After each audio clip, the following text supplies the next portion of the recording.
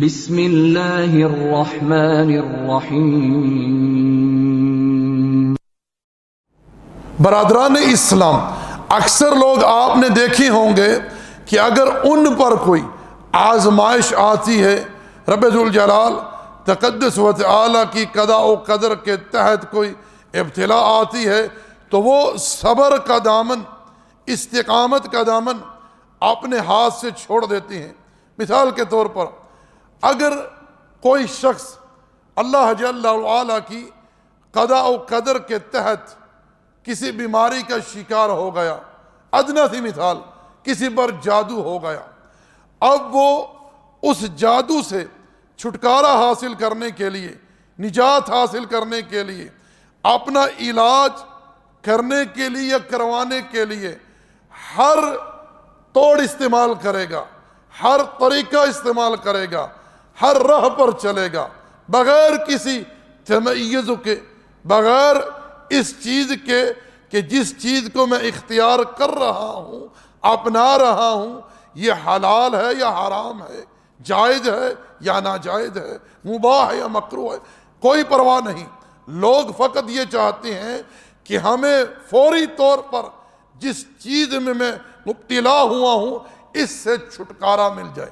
آپ لوگوں نے دیکھا ہوگا کہ اگر کسی شخص پر اللہ جل وعلا کی قضاء و قدر کے تحت جادو ہو گیا، اب وہ خود ایک دن، 2 دن، 3 دن اپنے اوپر قرآن پڑھ کر دم کرتا ہے، اس کے گھر والے کرتے ہیں، پڑوسی کرتے ہیں، دوست احباب کرتے ہیں، اب جب وہ دیکھتے ہیں کہ کوئی افاقہ نہیں ہوا، اس میں کوئی بہتری نہیں آ رہی، اسے شفا نہیں مل رہی، پھر وہ ہر طرف رخ کرتے ہیں۔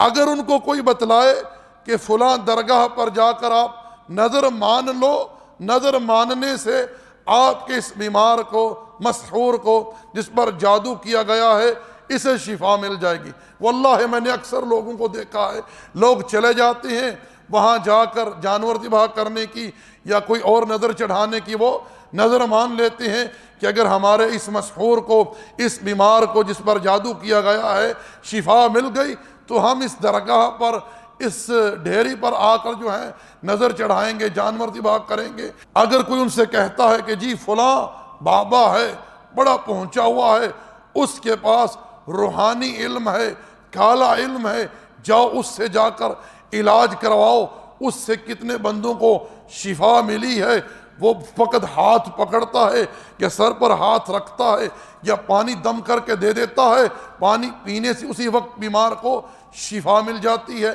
لوگ بغیر کسی تردد کے، بغیر کسی تحقیق کے، بغیر کسی معلومات کے، آنکھیں بند کر کے اندھی تقلید میں مبتلا اس معالج کے پاس چلے جاتے ہیں، اس بابے کے پاس یا بزرگ کے پاس چلے جاتے ہیں اور جا کر اس سے علاج طلب کرتے ہیں۔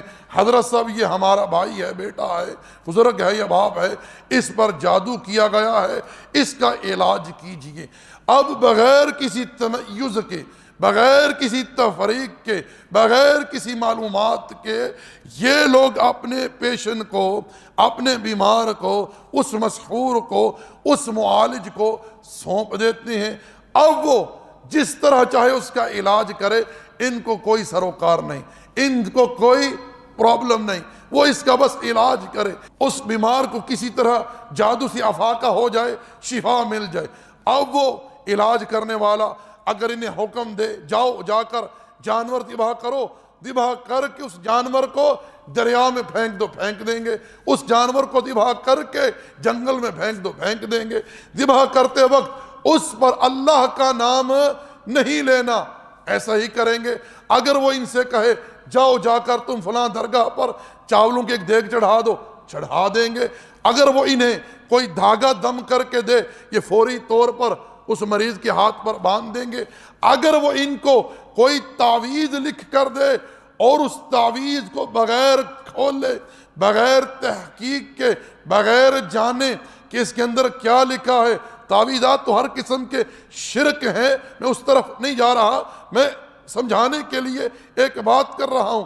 یہ لوگ بغیر تحقیق کے اس تعویذ کو اس مسحور کے اس بیمار کے گلے میں ڈال دیں گے۔ ان کو نہیں پتا کہ اس تعویذ کے اندر طلسم لکھا گیا ہے، سحر لکھا گیا ہے، جادو لکھا گیا ہے۔ کوئی پرواہ نہیں۔ میں نے یہ باتیں آپ لوگوں کے سامنے کیوں رکھی ہیں؟ وہ اس لیے کہ ہمارے ہاں، ہمارے معاشرے میں لوگوں کے ہاں ایمان کی، اسلام کی، تقوی کی، توحید کی، اللہ کی حدود کی، رب ذوالجلال تقدس و تعالی کے فرموزات کی، رب کی طرف سے آزمائشوں کی، ابتلاء کی کوئی اہمیت نہیں، کوئی اہمیت نہیں۔ اللہ کے بندو، اللہ کی طرف سے آزمائشیں آتی ہیں، ابتلاء آتی ہیں، انسان آزمائشوں میں مبتلا ہوتے ہیں۔ نبی علیہ السلام پر جادو ہوا، کتنے مہینے تک اللہ کے رسول صلی اللہ علیہ وسلم نے اس کا اثر محسوس کیا، اللہ کے نبی نے صبر کیا، رب ذوالجلال نے آپ کو خبر دی، آپ نے قرآن پڑھ کر علاج کیا، رب نے شفا دے دی۔ جناب یعقوب علیہ السلام پر بیٹے کی جدائی کی آزمائش آئی، کتنے سال بیٹے کی جدائی برداشت کی، روتے رہے حتیٰ کہ آنکھوں سے نابینا ہو گئے۔ ایوب علیہ السلام کتنے سال بیمار رہے۔ اسی طرح زکریا علیہ السلام بوڑھے ہو گئے، بیوی بھانج ہو گئی، اولاد نہیں ہوئی، لیکن صبر کیے۔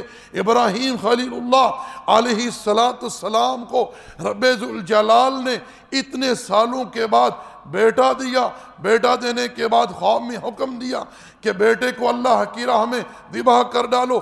ذبح کرنے کے لیے تیار ہو گئے، اللہ نے حکم دیا بیوی اور بیٹے کو لے لو اور جا کر صحرا میں چھوڑ دو، چھوڑ دیا۔ صبر کیے، رب ذوالجلال تقدس و تعالی کی راہ میں۔ میرے بھائیو، میرے دوستو، اگر کوئی ابتلا آتی ہے اس پر صبر کریں۔ اگر کسی پر جادو ہو جاتا ہے صبر کریں، شرعی طریقے سے علاج کریں۔ آپ لوگوں کو پتا ہے جس طرح آپ اپنے کسی پیشنٹ کو، مریض کو اس طرح کے جادوگروں کے پاس لے جاتی ہیں، پھر وہ جو کچھ آپ لوگوں سے کرنے کے لیے کہتے ہیں یا آپ لوگوں سے وہ پوچھتے ہیں یا آپ لوگ ان سے پوچھتے ہو اور ان کی باتوں کو سچ مانتے ہو، آپ لوگ اپنے ان اقوال اور افعال کی وجہ سے بعض اوقات شرک کے، کفر کے مرتکب ہو جاتے ہو۔ بعض اوقات آپ لوگوں کو وہ عیدات لکھ کر دیتے ہیں، دھاگے دم کر کے دیتے ہیں جو عین شرک ہیں، انہیں تم اپنے مریضوں کو، بیماروں کو پہنا دیتے ہو، بچوں کے گلوں میں ڈال دیتے ہو، بغیر تحقیق کے شرک اپنے گلوں میں باندھ لیتے ہو، اپنے مریضوں کو پہنا دیتے ہو بغیر علم کے، بغیر شرعی دلیل کے۔ اللہ کے بندو، رب کا قرآن شفا ہے، جس میں ہر قسم کی شفا ہے۔ اسے پڑھ کر دم کرو اپنے اوپر، اپنے بیماروں پر پڑھ کے دم کرو۔ احادیث کے اندر جو دعائیں ماثور ہیں انہیں پڑھ کر دم کرو، رب ذوالجلال سے دعائیں کرو، عافیت طلب کرو اور صبر کرو اللہ کی راہ میں۔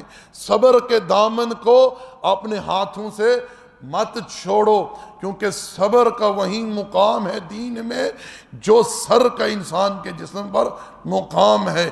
اس لیے میں گزارش کروں گا کہ اپنے ایمان و اسلام کی ہر معاملے میں حفاظت کیا کریں۔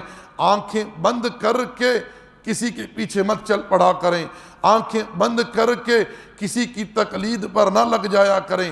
اللہ کے بندو، ایمان جو ہے یہ سب سے بڑی قیمتی دولت ہونی چاہیے ایک مسلمان کے ہاں، ایک مسلمان کے نزدیک۔